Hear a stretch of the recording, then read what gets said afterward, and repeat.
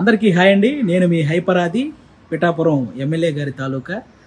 ముఖ్యంగా ఇంకా ఈ ఓటేసిన గుర్తు పోకముందే కూటమికి గుర్తుండిపోయే విజయాన్ని అందించినటువంటి ఆంధ్రప్రదేశ్ ప్రజలందరికీ కూడా చాలా చాలా చాలా పెద్ద థ్యాంక్ యూ.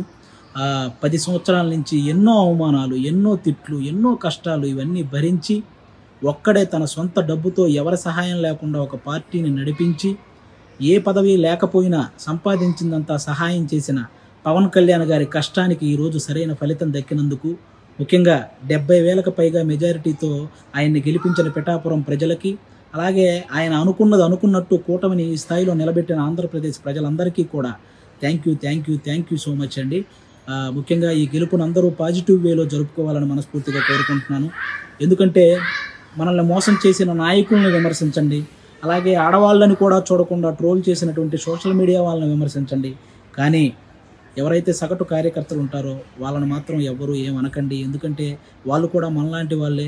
గెలిస్తే ఆనందపడతారు, ఓడిపోతే బాధపడతారు. కాబట్టి అలాంటి వాళ్ళ జోలికి వెళ్లకుండా మన గెలుపుని హ్యాపీగా పాజిటివ్ వేలో చేసుకోవాలని మనస్ఫూర్తిగా కోరుకుంటూ, పిఠాపురం ఎమ్మెల్యే గారి తాలూకా. ముఖ్యంగా ఇంకా ఈ ఓటేసిన గుర్తు పోకముందే కూటమికి గుర్తుండిపోయే విజయాన్ని అందించినటువంటి ఆంధ్రప్రదేశ్ ప్రజలందరికీ కూడా చాలా చాలా చాలా పెద్ద థ్యాంక్ యూ.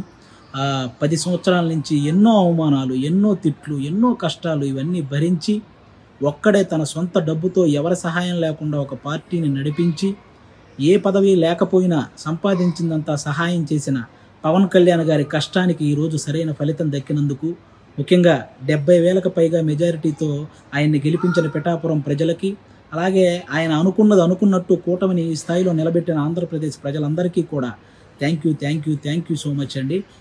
ముఖ్యంగా ఈ గెలుపును అందరూ పాజిటివ్ వేలో జరుపుకోవాలని మనస్ఫూర్తిగా కోరుకుంటున్నాను.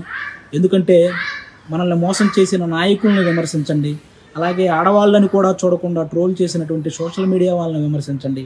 కానీ ఎవరైతే సగటు కార్యకర్తలు ఉంటారో వాళ్ళని మాత్రం ఎవ్వరూ ఏమనకండి. ఎందుకంటే వాళ్ళు కూడా మనలాంటి వాళ్ళే.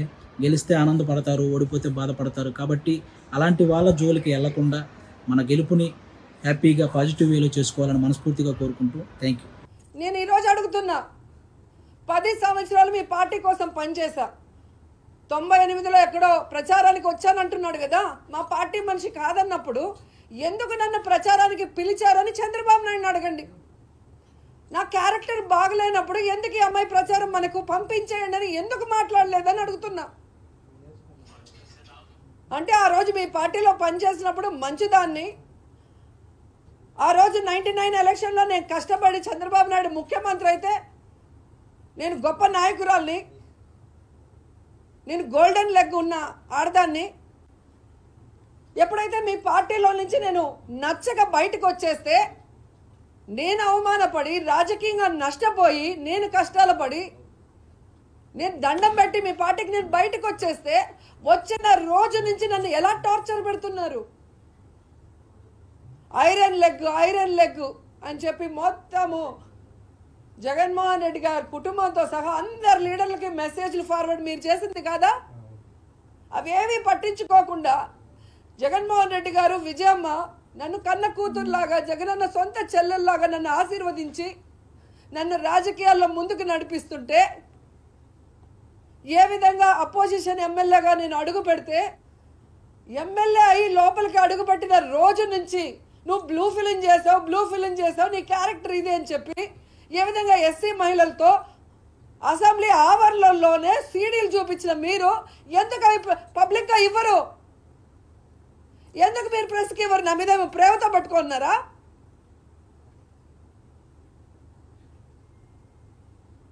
ఈరోజు సుప్రీంకోర్టులే ఆర్డర్ ఇచ్చినాయి ఆడదానికి నచ్చినట్టు బతకమని. మీరెవరు అడగటానికి అంటున్నా. ఈరోజు రాత్రి పగలు నా కుటుంబం కోసం కష్టపడుతూ, తప్పు చేయకుండా, ఎవరి ముందర చేయి చాచకుండా, ప్రజల కోసం, ప్రజలకి సర్వీస్ చేస్తూ, మహిళల హక్కుల కోసం పోరాడుతూ, మహిళా సాధికారత కోసం పోరాడుతూ దాదాపుగా 20 సంవత్సరాలుగా రాజకీయాల్లో మహిళలందరితో శభాష్ అనిపించుకుంటూ వాళ్ళ ఆశీర్వాదంతో 2 సార్లు మీరు ఓడించిన తెలుగుదేశం పార్టీ దాంట్లో నుంచి బయటకు వచ్చి ఈరోజు జగనన్న ఆశీస్సులతో 2 సార్లు ఎమ్మెల్యే అయ్యాను. ఇప్పుడు మంత్రి కూడా అయితే మీ కడుపు మంటతో నా జీవితాన్ని ఎలాగైనా సర్వనాశనం చేయాలని తెలుగుదేశం పార్టీ కంకణం కట్టుకుందనేది అందరూ గమనిస్తున్న విషయం. నేను సూటిగా ఈరోజు అడుగుతున్నా తెలుగుదేశం పార్టీని, మీ పార్టీ కోసం ప్రచారం చేసిన సినిమా ఆర్టిస్టులు అందరినీ కూడా ఇలాగే మాట్లాడతారా?